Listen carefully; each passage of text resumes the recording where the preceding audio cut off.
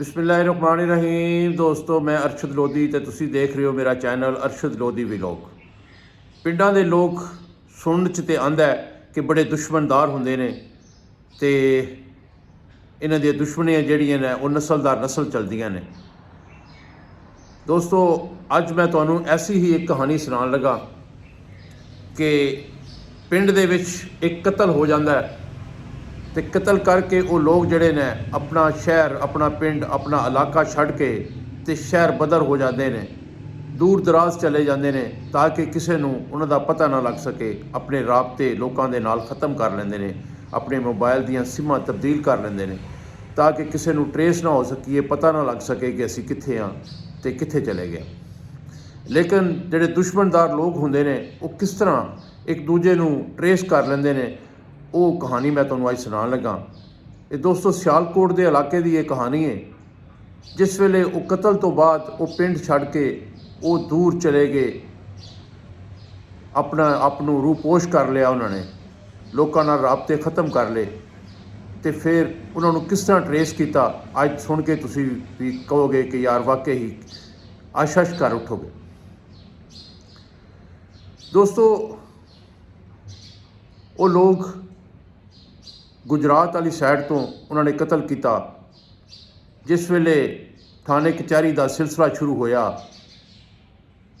तो उन्होंने अपने आप को रातों रात गायब कर लिया, अपना सारा साजो समान छड़ के, घर बार छड़ के तो वो किसी दूसरे इलाके जाके उन्होंने पनाह ले ली। खैर, जिन्हों का कतल होया सी उन्होंने खुरा नपदियां नपदियां नपदियां नपदियां उन्हां तक पहुँचने की कोशिश की, लेकिन वो नाकाम रहे। काफ़ी देर तो बाद उन्होंने थोड़ी सूह मिली कि उन्हां दा एक बच्चा फलां फलां कॉलेज दे विच पढ़दा है तो उन्होंने उस कॉलेज का पता किया। जिस वेले उन्होंने तसल्ली हो गई कि उन्हां दा ही बच्चा है तो कॉलेज पढ़ रहा है, तो उन्होंने एक अपना मुलाजम उत्थे छड़ दिता, जिहदी ड्यूटी सिर्फ ये सी कि तू इस कॉलेज दे विच एक मुलाजम की हैसीयत नाल वक्त गुजारेगा। उत्थे उन्होंने मुलाजम करवा दिता। तेरा मकसद सिर्फ ये है कि यह जिहड़ा लड़का है ये हवाले नाल तू रोज़ इन्फॉर्मेशन जिहड़ी है वो शेयर करनी है। जिस वेले भी कोई इनू इहदा अजीज़ मिलन वास्ते आ जाए तो तू उहदा खुरा नपना है तो इन्हां दे घर तक पहुँचना है ताकि पता लग सके कि एक घर कित्थे है, इन्हां दा कित्थे लोग रह रहे। खैर, वक्त गुजरदा रहा क्योंकि वो बच्चा जिहड़ा सी उत्थे होस्टल च पढ़दा सी, होस्टल च रहिंदा सी। साल 6 महीने तो बाद एक दफ़ा एक साहब उन्होंने मिलने वास्ते आए। वो जिहड़ा मुलाजम सी उन्हें भी अपने आप को उस बच्चे के नाल काफ़ी दुआ सलाम वधा ली सी, तो बच्चे को तो यही पता सी कि कॉलेज का मुलाजम है, स्कूल का मुलाजम है। तो उन्हें दसिया कि मेरा प्यो जिहड़ा है वो मैनूं मिलने वास्ते आया है, पिंड रहने असी। उन्हें कहा ठीक है। जिस वेले उन्होंने इन्फॉर्मेशन मिल गई तो उन्हें अपने आप को मजीद चौकस कर लिया कि हुण ये वक्त जिहड़ा है ये हथों नहीं जाना चाहिए, मैं इन्हां दे घर तक पहुँचना है। तो दोस्तों, उस बंदे ने सारियां ड्यूटियां छड़ के उस बच्चे ते उस बंदे ते निगाह रख ली। वो बंदा जिस वेले उन्होंने मुलाकात करके उन्होंने खर्चा पानी दे के कॉलेज तो निकलिया तो वो मुलाजम भी उहदे पिछे पिछे चला गया। जिस तरह वो बजुर्ग जिस बस से जिस रक्शे ते बहंदे वो भी उहदा खुरा नपदा नपदा उहदे मगर मगर चलदा रहा। अखीर वो बंदा सियालकोट जिथे वो रहिंदे सन, जिथे वो रूपोश होए सन, उस एरिए च पहुँच गया। सियालकोट का एक मुहल्ला है, उहदे विच वो रहिंदे सन। वो साहब उत्थे चले गए। जिस वेले उस मुहल्ले दे विच वो बजुर्ग जिहड़े ने वो पहुँचे, वो बंदा भी नाल नाल सा पिछे पिछे सी। क्योंकि बिल्कुल अगर नाल हुंदा तो फिर तो पता कर लेंदा कि यार तू कौन है, मेरे पिछे क्यों लगा है। थोड़ा फासला रख के उहदे मगर चल रहा सी। लेकिन जिस वेले गलियां च वो बजुर्ग गए तो वो बंदा उन्होंने ट्रेस ना कर सकिया, तो वो किसी गली दे विच वो बजुर्ग जिहड़े ने वो अगे पिछे हो गए। तो उन्हें पिछे पार्टी नूं इतलाह की कि जनाब उन्हां दा पता कर लिया, सियालकोट फलाना महल्ला इत्थे वो रहिंदे ने।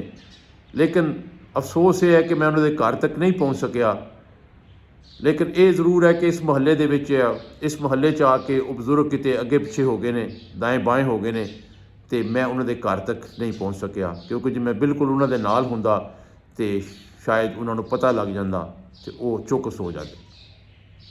खैर जिस वेले उन्होंने पता लग गया कि ये मामलात इत्थे ने, उन्होंने अपना हुलिया बदल के, मंगन वालियां दा भेस बदल के, तो उन्होंने गलियां दे विच अपने आप च गल दे विच जिस तरह एक मलंग अपना हुलिया बना लेंदे ने, सदावां करते फिरदे ने, तो उस तरह का हुलिया बना के उन्होंने उस गलियां दे विच मंगना शुरू कर दिता।